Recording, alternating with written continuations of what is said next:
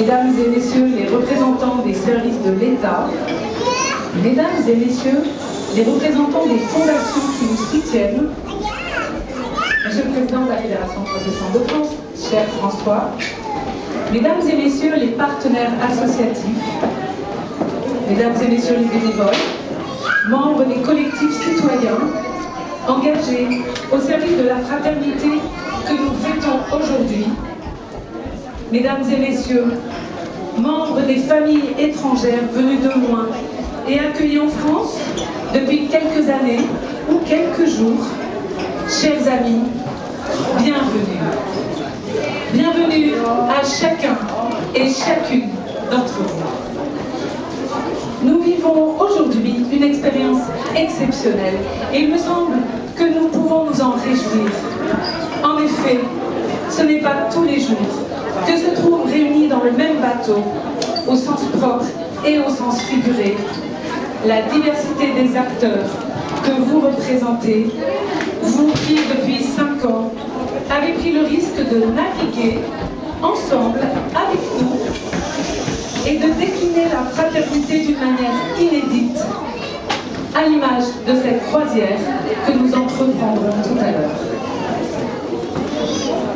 Si nous sommes rassemblés aujourd'hui, c'est pour saluer votre engagement et vous remercier chacun et chacune du rôle que vous avez joué dans cette aventure humaine de solidarité et d'humanité. Une aventure qui a démarré dès 2013 par une forte mobilisation citoyenne dans les paroisses et les associations d'entraide pour accueillir les personnes fuyant la Syrie et l'Irak et pour lesquelles aucun dispositif n'était mis en place à leur arrivée en France.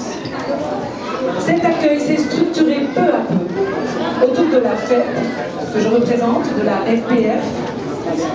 Et en 2018, donc la Fédération d'entraide protestante et la Fédération protestante de France et des partenaires catholiques signent un premier protocole avec le ministère des Affaires étrangères et le ministère de l'Intérieur qui établit une route. Ce couloir, prénommé couloir humanitaire, car il permet d'organiser l'accueil sécurisé en France de personnes particulièrement vulnérables, identifiées depuis les camps de réfugiés du Liban.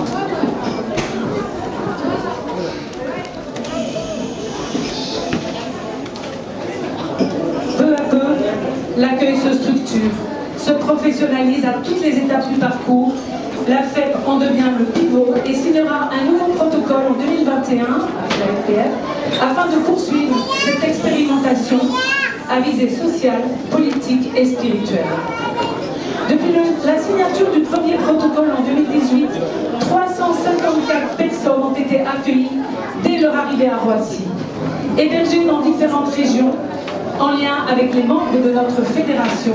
Elles ont été accompagnées au quotidien par plus d'1 millier de bénévoles.